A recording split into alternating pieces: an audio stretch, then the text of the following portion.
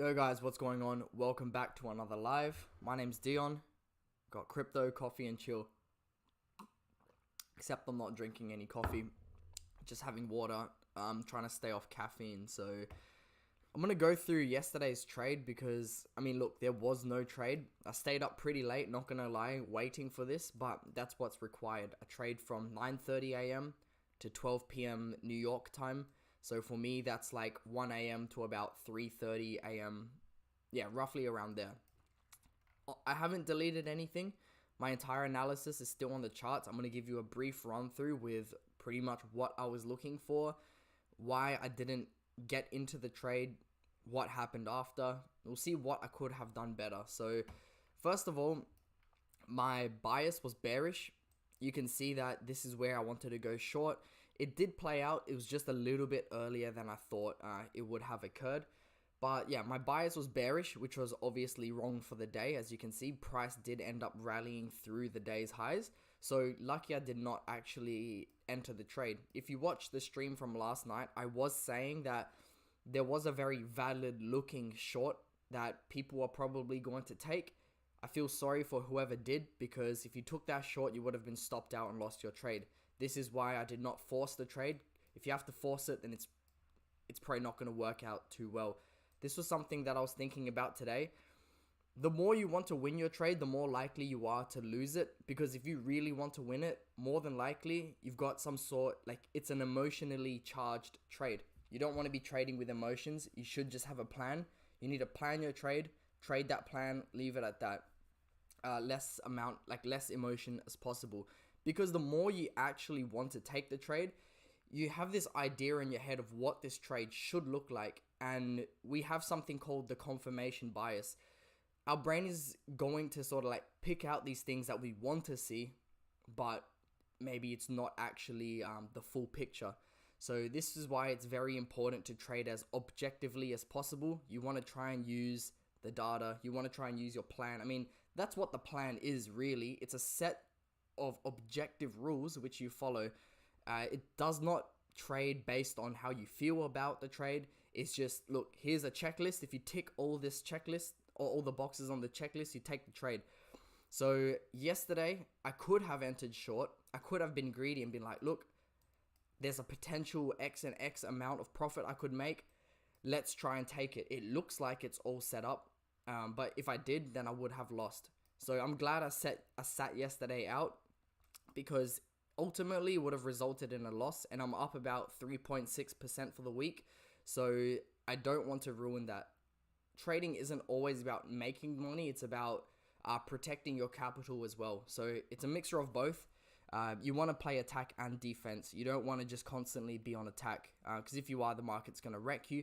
But then if you're always on defense, then you're not really going to catch the opportunities that the market has to offer. That mixed with correct risk management, that's the secret right there. So let's go through yesterday's trade. I'll let you know what I was looking for. As I said, my bias for the day was bearish, which means I'm looking for shorts. We opened the day. Here's the London range. We took out London highs first. What that is telling me is that there's some sort of sell side liquidity being engineered, which we did see, and price came through, took that sell side, and that was the trade that I was supposed to take. This here, this looks like the nice trade I would have liked to take, but unfortunately I did not. Why? Well, there's a few things we need to consider. What time do I start trading? I start trading at 9:30, which came after the move. Now, if it came after the move, then it's not too much we can do about that, right? But I stayed until about 11:30 New York time, and then I went to sleep after I saw some short-term lows getting broken, because I told myself, look, if these are getting broken, then more than likely, then the trade's just not going to happen. I saw that, I went to sleep, I woke up, and thank God I did not place any limit orders or anything, because, yeah, price did end up going bullish for the rest of the day. Actually, the day is still playing out, so, yeah, that's not too important, though. Today is the last trading day for the week for me. I stopped trading on Thursdays. Well, Thursdays is the last day that I trade. I don't trade Friday, Saturday, Sunday. So look, we're up 3.6% for the week. We've got one more opportunity tonight. But like I said, I'm not out here specifically looking for winning trades. I'm not trying to find a winning trade. I'm trying to analyze the charts to the best of my ability in an objective way that fits my trading plan. If all check boxes are ticked, then I take the trade and leave it at that. So that's why I'm not, sitting here trying to like predict where the market's going to go. I don't think a good trader predicts the market. They got a plan, like they plan their trade and they trade their plan. Although my bias, I feel like, is pretty good. I do somehow, what's the word for it? I'm pretty good with knowing where the market is going to go in a swing trade time frame. So I'm pretty good. Like, that's why I feel like my trading has improved quite a lot, because my bias is pretty on point. And if your bias is on point, then it just comes down to your entries. And I feel like I've dialed my entries down pretty well. So that's why my trading has been doing much better. So I'm going to take a look into, I wouldn't say the trade that I missed, but I want to see what opportunities were given to me afterwards. Now, the trades which I see play out did come after the PM session, or during the PM session, which is after lunch, New York time. Now, I don't trade that because I would be up until like 5 in the morning. So, but it looks like this is where the trade did play out. This is where the longs came. So, unfortunately, look, the model played out. The trades were there, but just not when I wanted to trade them. And that's totally okay. It's not going to happen every single time I'm on the charts. I'm completely aware of that. But what's important is, like, you're there. Because if you're not there and the opportunity's there, you're not going to get it. So you just have to be there, just turn up. The trade may be there, the trade may not be. But that's the whole part of being a trader. It's not like what you see on social media. It's not that whole, like, yeah, chilling on the beach with a coconut and a laptop trading. Like, that's not the reality of it. I mean, maybe it can be, but personally, I don't think that's a good way to trade. You want to be focused, you want to be grounded, you don't want to be chilling at the beach, drinking with friends, with your laptop out, trying to show this lifestyle. That's just not the reality of it. The reality is, well, my reality for trading anyway, there's a set time I trade, I sit there and I'll wait. Some people say, like, look, I just set alerts and go throughout my day, and then when the alert pings, I go and take the trade. Well, look, that's how you want to trade, but for me, I trade BTC. I trade one specific model, one specific strategy at one specific time of the day. So I treat this as like my work hours from 1 a.m. to about 3:30 a.m. I know this is the time I need to be in front of the charts. I personally do not like sitting in front of the charts and just staring at it, but that is what's required to, trade well for my plan anyway. So that's what I need to do. So that's what I will do. Let's get into the trade now. So I saw London highs and London lows getting formed, and based on my strategy, I want to see where price breaks out of this range first, because wherever price breaks out of the range, that's going to engineer liquidity on the opposite side. So we saw price break above the London range. What does that mean? It's going to trick retail into going long, because we've broken through this resistance through the ceiling. So that's tricking everyone to go long. Now, if you're opening long positions, where are you going to be putting your stop loss? You're putting it below the last lows. Understanding this retail mindset is very important, because you mix that, like, honestly, for me, it's very logical. If most people lose when trading, you have to understand, like, what are most people doing when they're trading? Now, I've been trading for nearly 3 years, and for the first, 2.5, I was in this retail mindset. I understand how a basic retail trader trades, because that's how I used to trade. So when I used to see something like this, that's indicating to me, oh, we're going long. That's what everyone's thinking. So guess what's going to happen? We're not going long, we're going short, and that's exactly what we saw. This is pretty much how I trade my entire strategy. I'm trading opposing majority of the retail traders. We went short, we liquidated all of them. We could probably see this in the open interest. So from here, nah, not really actually. The open interest did not help out too much. Let's go into the hourly time frame. Yeah, not really. did not show us too much. I was honestly expecting some sort of strong liquidation, but I guess this poke above the London high was not strong enough of a move to get retail all into the trade. So we ended up coming through and taking out London lows. This move, I would say, is a strong move. It shifted market structure, and that sets up the frame for my trade. I do want to see retail get tricked, and then I want to see retail get wrecked, and then price to retrace, rebalance, and then continue the move. That's the pattern I like to trade. Now, yesterday was a little bit weird. It did not play out exactly how I thought, but look, that's a given. You're not going to know. Like, the market's random.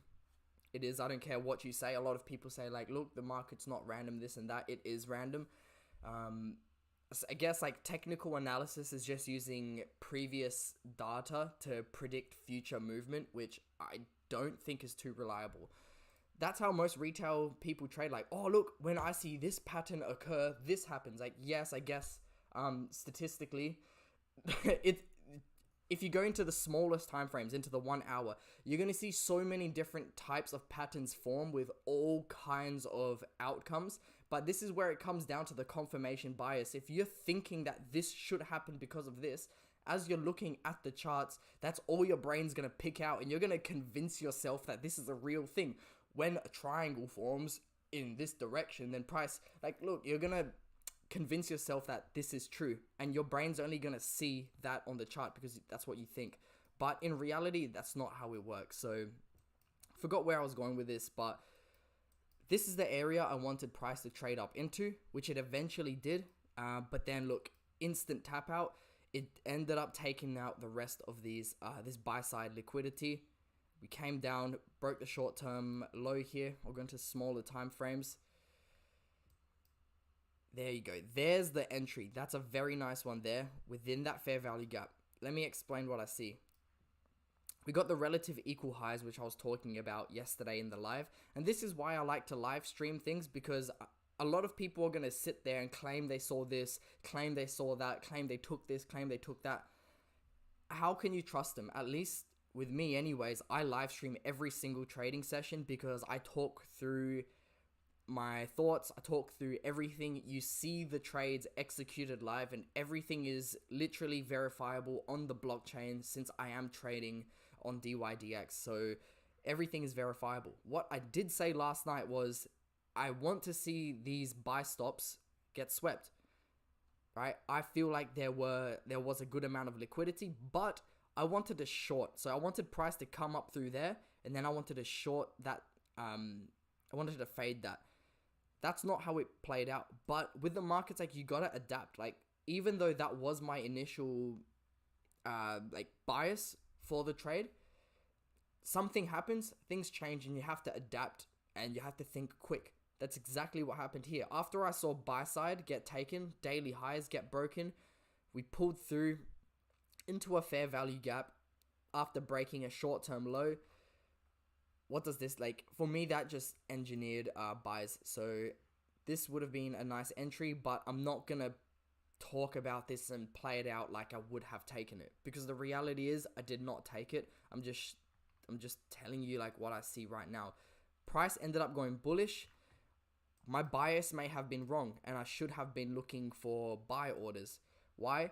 Look at the first part of the day. Now, this is very important because it comes down to the power of 3, something which I did journal for myself here in the live account. You see here on the 28th of October, I wrote for myself, power of 3 for the bias. What does the power of 3 mean? It's just the general way that the market moves. I'm not going to describe it just because I don't think I can break it down simply enough for it to make sense. But we started off the day with a very bullish we're making bullish movements up until roughly, it's still extended through to London. But, no, that doesn't make sense either. Let me have a quick look at this. So we started off the day long. What that is telling me is if we're starting off the day long, we want to go short, which is true, I guess, because this is the move I wanted to take. Unfortunately, it just started a little bit earlier than my trading session, so Could have taken the 8:30 a.m. Open, but I don't like to trade 8:30 a.m. because that's when the news comes out. That's when the volatility really kicks in. That's where we see that market manipulation or whatever you want to call it. So I don't trade around there. I like to wait until 9:30, and that's when my setup plays out. So yeah, it's a bit weird timing. Like ICT did talk about it. He said he's not trading for the rest of the year. He said this week is going to be weird. We're going to see price push harder than we expect at times. That doesn't usually happen. And that is honestly what I have been seeing over the past few days. We managed to catch a good trade at the start of the week, but ever since, price action has been pretty sloppy. I guess this is a seasonality thing. From what I heard, it was like Thanksgiving or something, and that does affect the markets somehow, one way or another. So I guess that's why, and that's why I didn't want to force the trade, because I know the time of the year at the moment, it is going to be a little bit trickier to trade. We're coming into the end of the year. People are going to be trying to take whatever profits they have, given they are in profits for Christmas or whatever. It's something that you see across all markets, so towards the end of the year. But I'm trying to learn this. Like, I would say last year trading around this time of the year, what was that like? I can't really remember. Honestly, I was trading Forex at the time, I'm pretty sure. Was it? I think I was trading Forex at the time. I was just getting into actually trading crypto. But yeah, what I'm trying to say is seasonality is something which I really want to take into consideration. I do think it's very important, and I think it's something that we don't consider enough. Seasonality. So what does that mean? It's pretty much how the time of the year affects price on the charts. So for example, when the US elections are happening, something like that. But that's more fundamental analysis. So I don't know, seasonality. Just say, yeah, Chinese New Year is a big thing as well. I just know that the markets tend to drop more during Chinese New Year because, well, think about the demographic that celebrate it. Then you want to understand who holds what in regards to crypto. Then you want to understand what happens during these events. What are people trying to do? Giving gifts, giving money. Where are they going to get it from? People are taking profits from the market. So you have to put all of that into perspective. And Thanksgiving apparently is just one of these events that affect how the market moves. So this week, ICT said it is going to be a bit of a choppy week. I didn't want to sit back in the sidelines and just watch. I like to be in it. That's just how I learn. So I went into the charts. That doesn't mean I'm going in and taking longs, taking shorts, whatever, trying to be in the market. Like, no, that's a bit silly. Like I said earlier, you want to attack and defend. I'm defending at the moment. I'm trying to protect the profits which I have made over the past couple weeks. And I'm not greedy. I understand that my setup occurs every single day. It occurs during every single session. I've just decided that I want to trade it during that specific time. I've seen it play out that many times. Before I even started live trading this, I spent a while back testing, forward testing, gathering as much data as I can. I literally have it all here. You can see it on my testing sheet. I gathered all the data, the P&L, the trade duration, what time it occurred, New York time, what time it occurred, our time. I got before shots, I got after shots, I got notes, I got everything. So I really went deep with this. And I feel like that's why I adapted to this trading method so quickly. So yeah, I'm not trying to be in the market if I'm not confident with it. So simply and my trade, and I traded my plan. Last night, there was no entry. There was no opportunity to take. I could have forced a trade, but it wouldn't have gone well, so why take it? That's where that defending part comes in.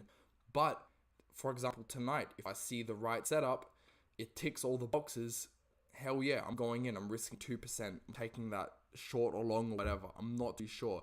But what I can see happening over the course of this day, at the moment, 23rd, was it 24th?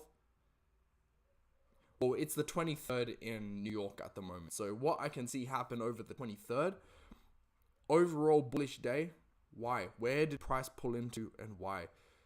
So it looks like we came through to these relative equal highs, but we didn't manage to crack it. So I'm put a right here. We didn't manage to crack those highs. If we can't, like, there's a swing high here, there's a swing high here. That's two relatively equal swing highs. What does that mean? It means there's probably a good amount of liquidity up there. Now, if we pull over to the left, is there a fair value gap somewhere laying above this area of liquidity? There is. So I can tell you for sure right now, I am looking for price to rebalance the fair value gap above the swing highs. So I will draw a box here like this. My bias is still short. Honestly, I do not believe this is the bottom. Why? Because most people think it's the bottom. It's not that hard. If you just put 2 and 2 together, there is that statistic. I don't have the data for it, but you used to be able to go into each individual broker and find out how profitable the average trader was, or how much, like, who was losing and who was winning. And you can see majority of the people trading are losers. Now, not everyone, but if majority of the market is thinking that we've hit a bottom, I can tell you now we have definitely not hit the bottom, and that there will be further capitulation. And honestly, that's what I'm looking forward for. So I can see buy side liquidity being engineered.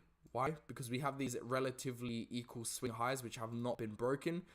And what does that look like to retail? Can you tell me what this looks like to your average retail? Oh, wait, let me take this off. So that's already all been recorded, so I won't need that.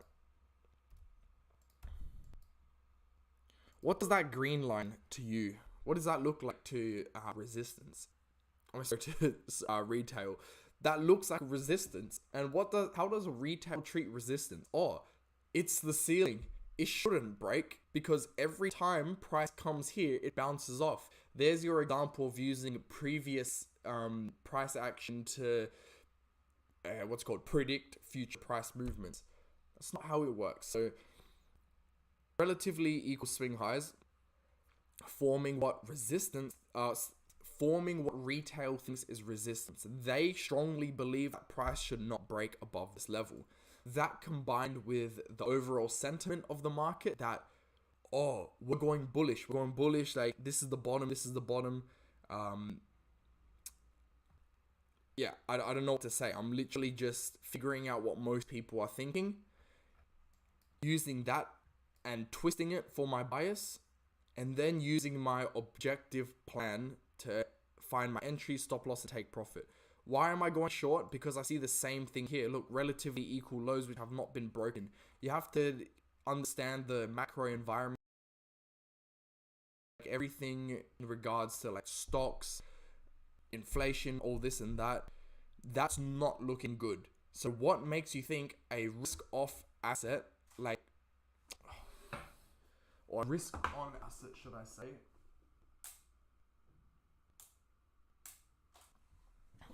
So what I mean by risk on, risk off is that there's two different types of assets that investors go into.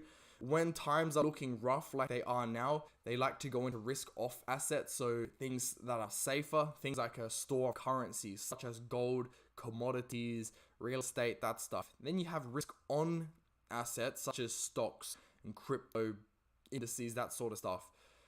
At the moment, we are not in an environment for risk on assets to be thriving, because as the name suggests, risk is on. At the moment, this is not the time people want to be taking risk because they're scared. So I don't expect stocks or crypto to be pumping in a time where people are shitting themselves. They're trying to protect everything they have. It just does not make sense. That's why my overall bias is still bearish. I don't care what people say, like, oh, we formed this triangle pattern that we've broken out, we must be at a bottom. No, shut up. Like, that's not how it works. So that's why my bias is bearish. I do want to see price get taken out to the downside. And let me just make it clear, I'm not a bear. I'm not a crypto bear. I am bullish long term, but I'm not wishful thinking. I'm not going to sit here and pretend that crypto's pumping, because it's not. I'm a day trader. I trade what I see happening. I'm objective. I'm not trading with my emotions. So I think is likely to happen is probably a better way to put it.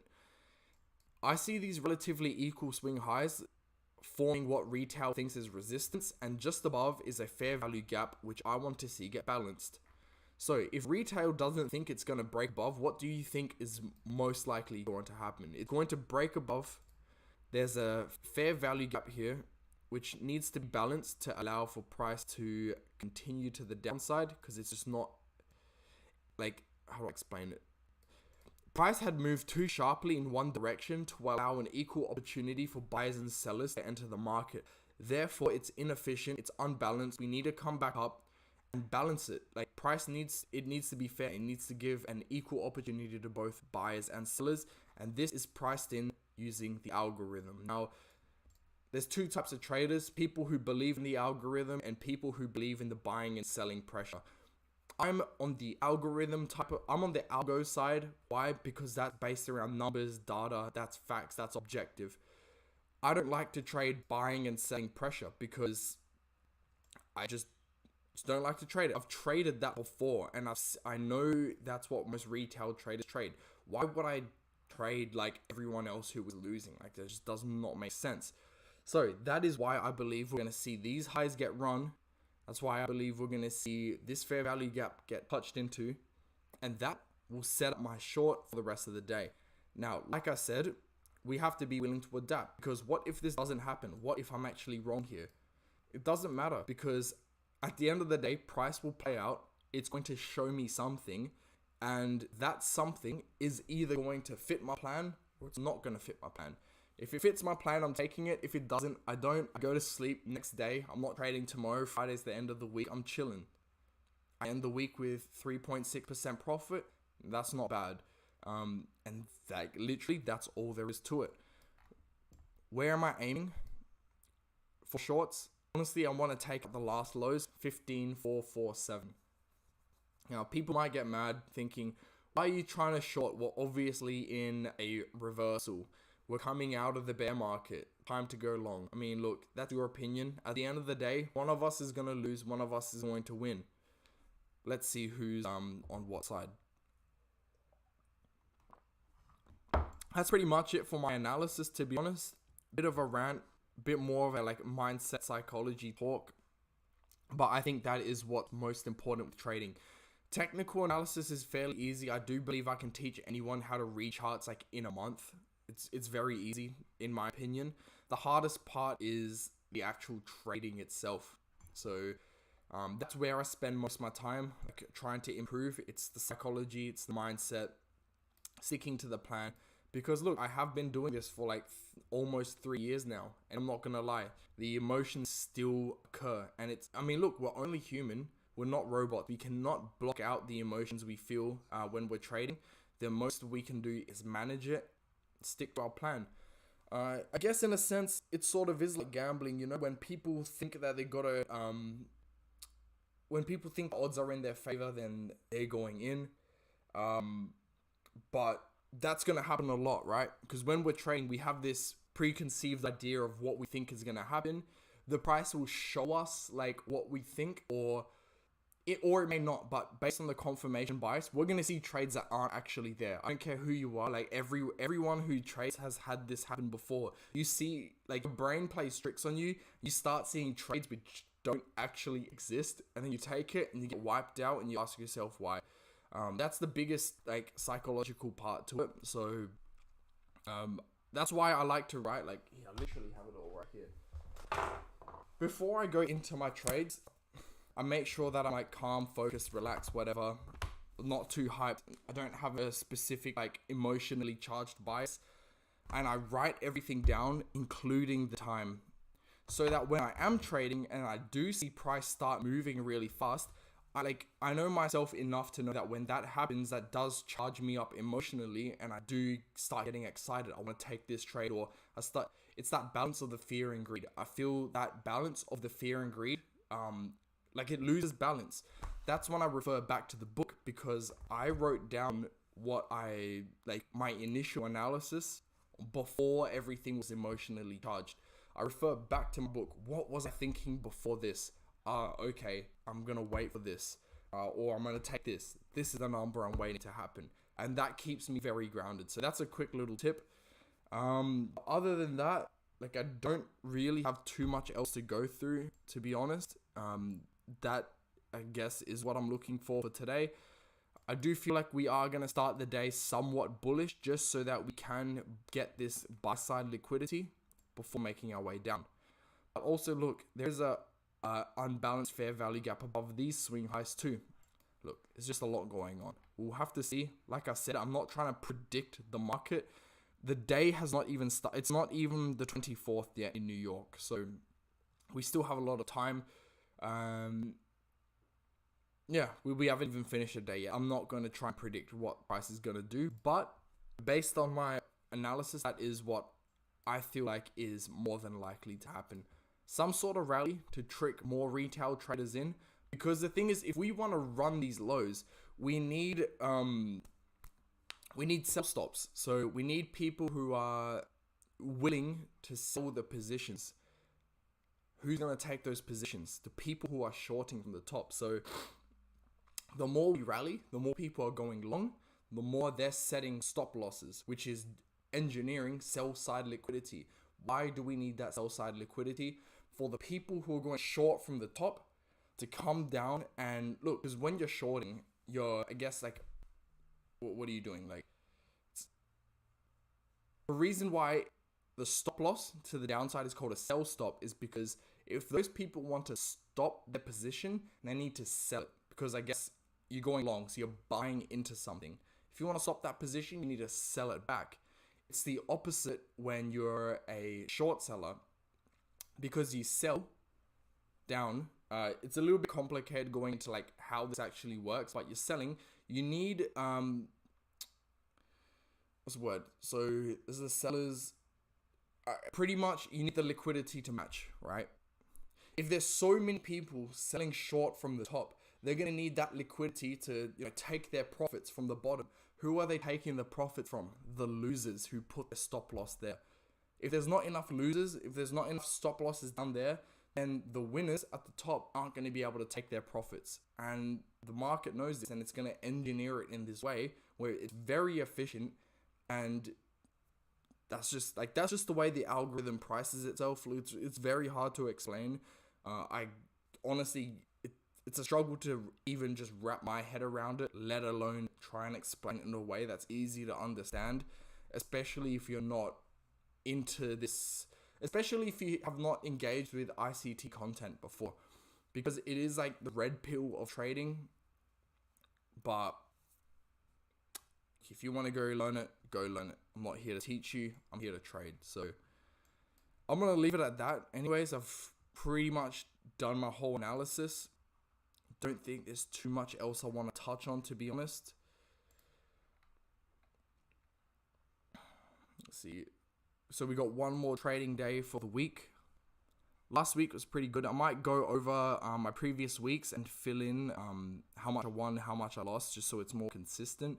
But then again, I guess it's not exactly needed because DYDX will record all of that for me anyway. So one more trade for the week.